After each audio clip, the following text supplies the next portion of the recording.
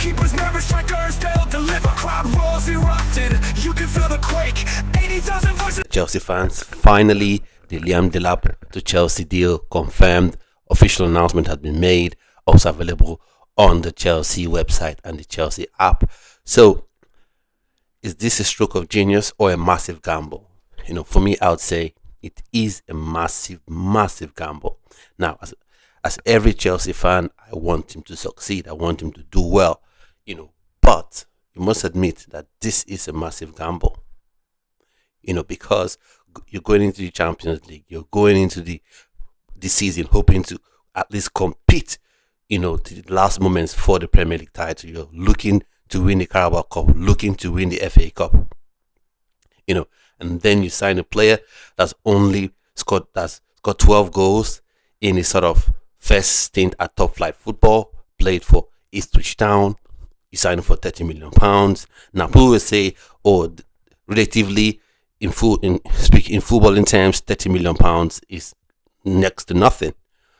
But still, something is only cheap if it works, if it outperforms itself. If you buy a shirt for £2 and it rips the very next month, the very next day, then you can say it's cheap because it's just bad. But if you buy a shirt for £2 and it lasts you maybe 12 months, a year and over, then you can say, okay, this was really, really, really cheap. I got it for next to nothing and it really outperformed my expectations. So looking at maybe Liam Delap coming in to score 24 goals this season or even 20 goals this season. Now the argument would be lots of chances will be created for him, and he would also that means he will score a lot more goals. And you talk about knowing people like Lavia, knowing people like Cole Palmer, and that would sort of ensure for a smooth transition into the Chelsea setup. But this is how I'll look at this discussion today. Firstly, I'll look at the pros and then I'll look at the cons. The pros for me are he is young, he fits the model, the blue coat clearly capital model. He is young, 22 years old. It makes me wonder how come he was eligible to play for the under 21s.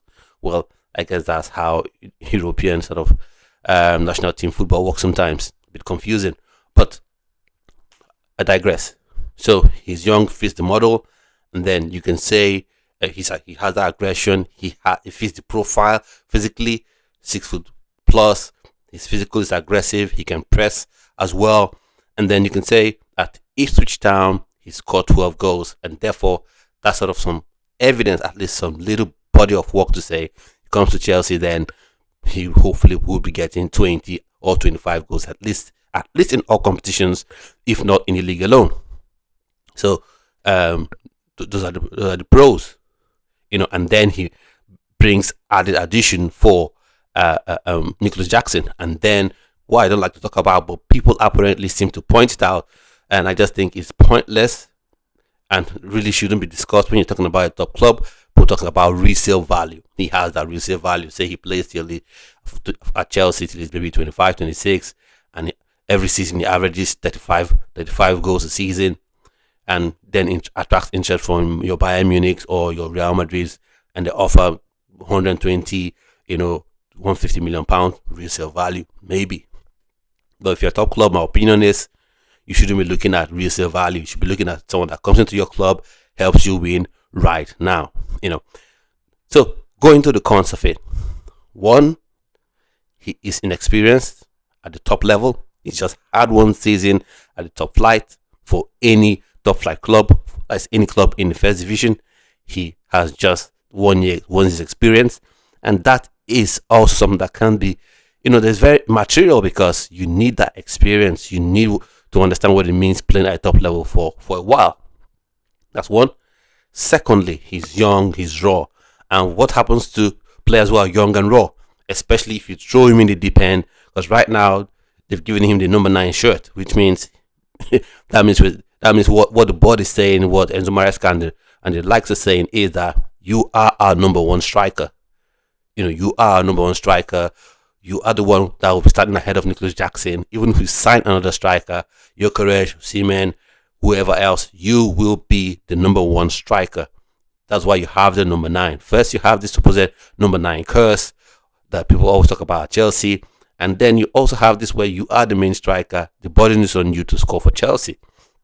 And the burden is different. People don't want to accept this. It is actually very different.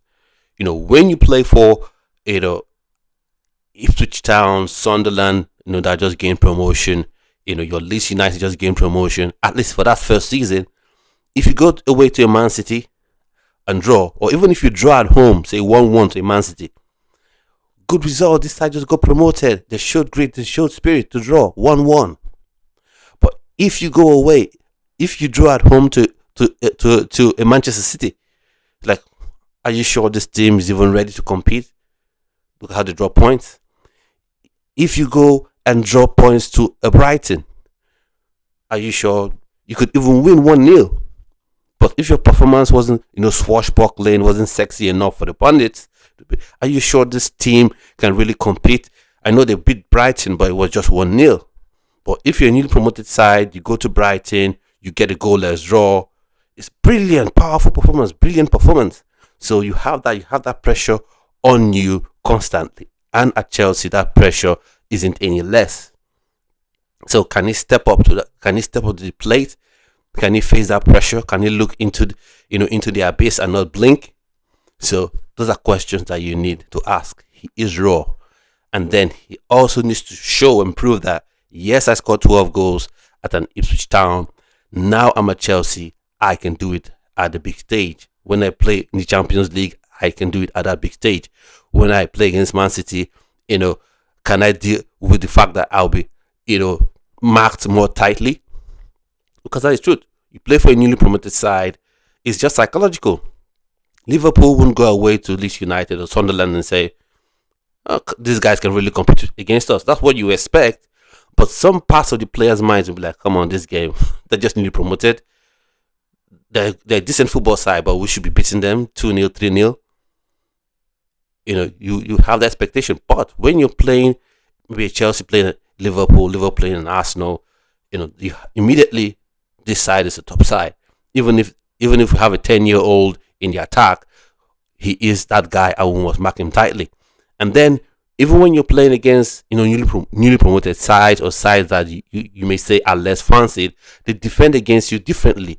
You wouldn't have as much space as you would have if you're playing for an Ipswich Town. You wouldn't have as much space. So you would have to cope. He has to cope with it.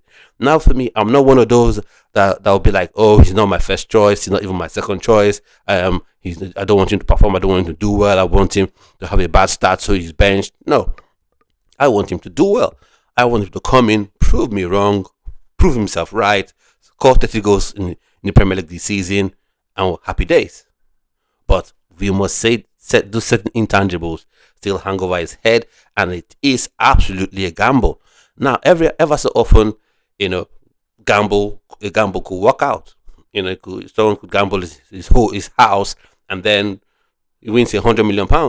But it is a gamble, and just know I'm not advising you to gamble.